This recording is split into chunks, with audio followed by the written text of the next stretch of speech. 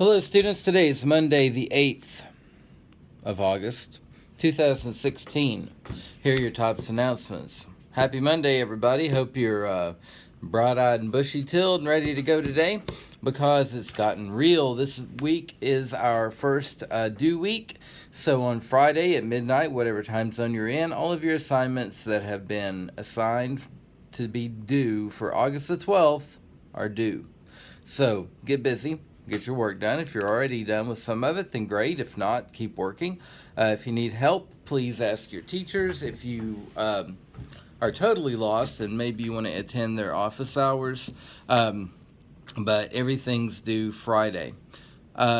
Next thing, if you missed our face-to-face orientation, particularly if you're a brand new student, I am sending that out. I've already posted it on Facebook. I've already posted it... No, I just posted it on Facebook, but I will send that out to you via email. We'll do that at some point this morning. I'm trying to think if there's anything else. If you have any questions about your schedule or anything, please let us know now. You don't want to wait until the end of the week and get put in a different class and be like a couple of weeks behind. We should have everything worked out, but, you would know that better than I do. As far as I can tell, we have it all worked out just by looking at it. Otherwise, your thought for the day today. Now, one thing that I did this summer that was really cool is I got to participate in an externship, which is, I'd never heard of that before, but it's sort of the difference between that and an internship. An internship, you work at a place for a while. An externship, I guess you go visit a place for a while, and I went and visited Eastman Chemical Company in Kingsport with a few people from my school system. And we spent the week learning about what Eastman looks for in employees.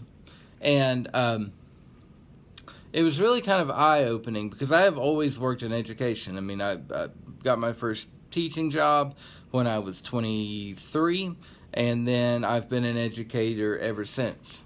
I'm 38 now, so I can tell you how long it's been. So, I really didn't know what industry looks for. I know what I look for when I hire employees, but maybe it's different. And it's sort of the same thing, but let me tell you, what do employees look for in their employees? None of them mentioned English grades or math grades or science grades or any of that. Now, they did say GPA was something that they looked at and took into consideration. But mostly what they talked about all week were what we call soft skills. In other words, skills that help you be successful in the workplace. And I'm going to start doing kind of a series on those just so you can start developing those at home if you don't have them already, or just realize how important they are. So the first soft skill that we learned about that they really look for is evidence of ability to communicate. Now, communication, just like on its base form, is the ability to transmit information from yourself to another person so that other person understands it. So just very simply, telling somebody something and them understanding, that's the base form of communication. So then we move into what the professional form of communication. Do you understand etiquette when sending emails? In other words, you address a person's name and then you state your point very quickly and clearly in an email, then you sign it off with your name. Do you know how to do that? Or do you simply just have whatever come to your head and you dash it off and then that's it?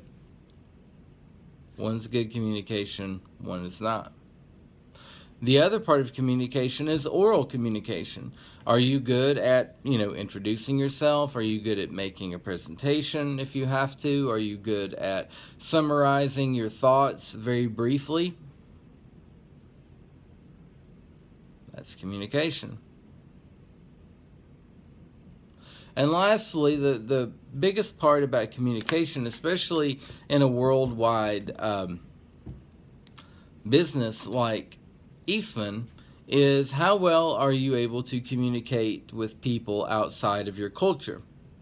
In other words, are you aware of the language you use, and is it standard English? Is it slang? Do you abbreviate every word that you spell? Because if you're communicating with people who have learned to speak English, they're probably going to just know the basics and then a little bit. They're probably not going to know a ton of slang. They're probably not going to know a ton of abbreviations. So are you able to communicate with a worldwide audience and non-native English speakers? So just think about that stuff. We'll talk about something else next time. I don't know. I've got to get my list together. That was the one that was at the top of my list when I thought about getting the list together. So, hope you guys have a great day, and we will see you tomorrow.